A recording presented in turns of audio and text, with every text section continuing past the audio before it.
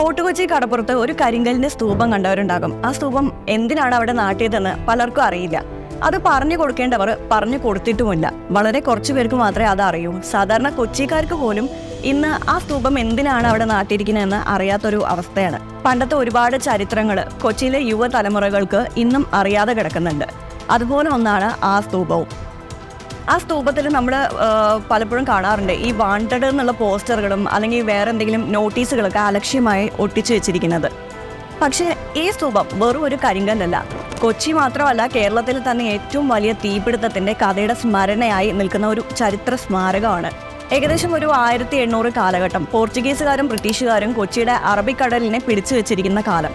അറബിക്കടലിലൂടെ ഇന്ത്യക്കാരൻ്റെ ഒരു നൗക പോകണമെങ്കിൽ ബ്രിട്ടീഷുകാരുടെ അനുവാദം വാങ്ങണമായിരുന്നു അന്നത്തെ കാലത്ത്.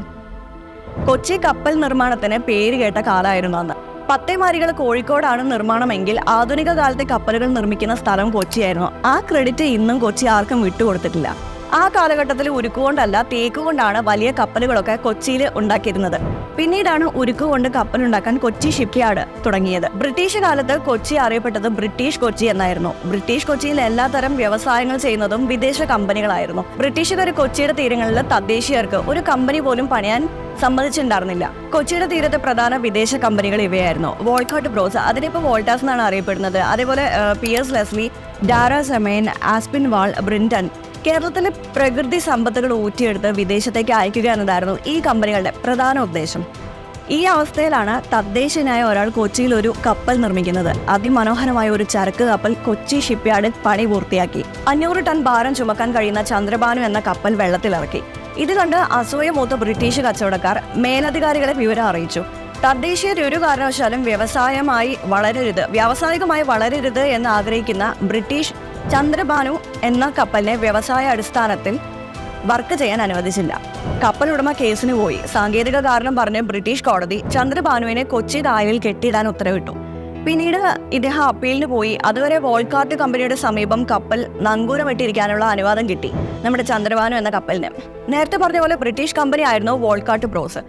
കൊപ്ര ആട്ടി വെളിച്ചെണ്ണ കയറ്റുമതിയായിരുന്നു പ്രധാന ഉൽപ്പന്നം. കയർ ഉൽപ്പന്നങ്ങളും ഇവിടെ നിന്ന് അന്യരാജ്യങ്ങളിലേക്ക് കയറ്റുമതി ചെയ്തിരുന്നു. സുഗന്ധ വ്യഞ്ജനങ്ങളും കയറ്റുമതിയിൽ ഉണ്ടായിരുന്നു. കോടതിയിൽ ജയിച്ചു കയറാം, കപ്പൽ സ്വതന്ത്രമാക്കാം എന്ന് ഉടമ കരുതിയിരിക്കുന്ന സമയം 1889 ജനുവരി 4-ാം തീയതി അത് സംഭവിച്ചു. ചന്ദ്രഭാനു എന്ന കപ്പലിൽ നിന്ന് പുക ഉയരുന്നത് അടുത്തുള്ള കമ്പനിയിലെ തൊഴിലാളികളുടെ ശ്രദ്ധയിൽപ്പെട്ടു. പിന്നീട് കാണുന്നത് തീനാളമാണ്.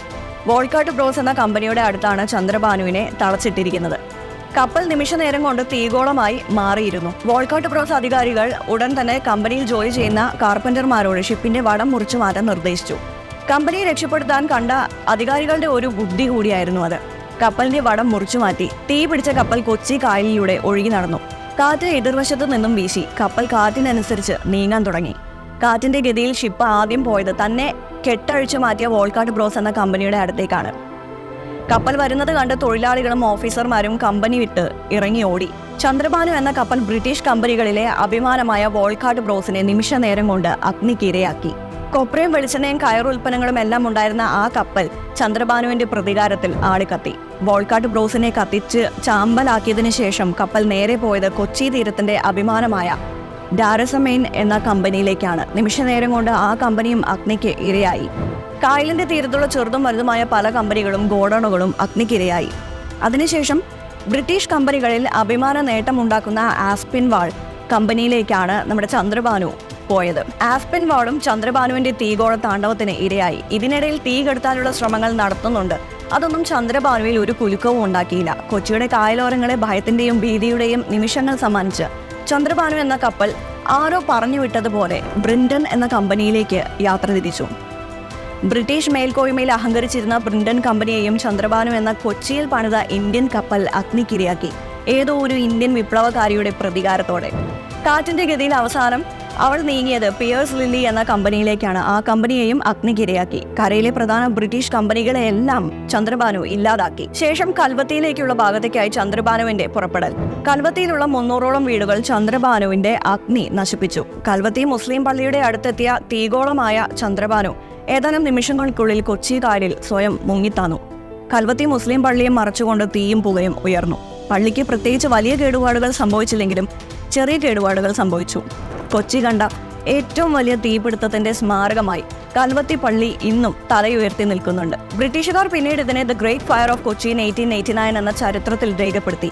നമ്മൾ ഇനി ഫോർട്ട് കൊച്ചി ബീച്ചിൽ പോകുമ്പോൾ കൊച്ചിയെ ആളിക്കത്തിച്ച മഹാ തീപിടുത്തത്തിന്റെ പ്രതീകമായി ആ ഒരു സ്തൂപം കാണാം. അതിന്റെ പ്രാധാന്യം അറിയാതെ ചിലർ പല വിധത്തിലുള്ള നോട്ടീസുകൾ ഒട്ടിച്ചിട്ടുണ്ടാവും. കൊച്ചിയെയും ഈ ചരിത്ര സ്മാരകത്തെയും സ്നേഹിക്കുന്ന ആരാണ് നിങ്ങളെങ്കിൽ ആ സ്മാരകത്തെ വൃത്തികേടാക്കുന്ന അത്തരം നോട്ടീസുകൾ ഒഴിവാക്കുക. പറ്റുമെങ്കിൽ ചരിത്രം അറിയാത്തവർക്ക് ഈ ചരിത്രം പകർന്നു നൽകുക. നമ്മുടെ ചരിത്രവും ചരിത്ര സ്മാരകങ്ങളും സംരക്ഷിക്കാൻ ഓരോ മലയാളികൾക്കും ബാധ്യതയുണ്ട്.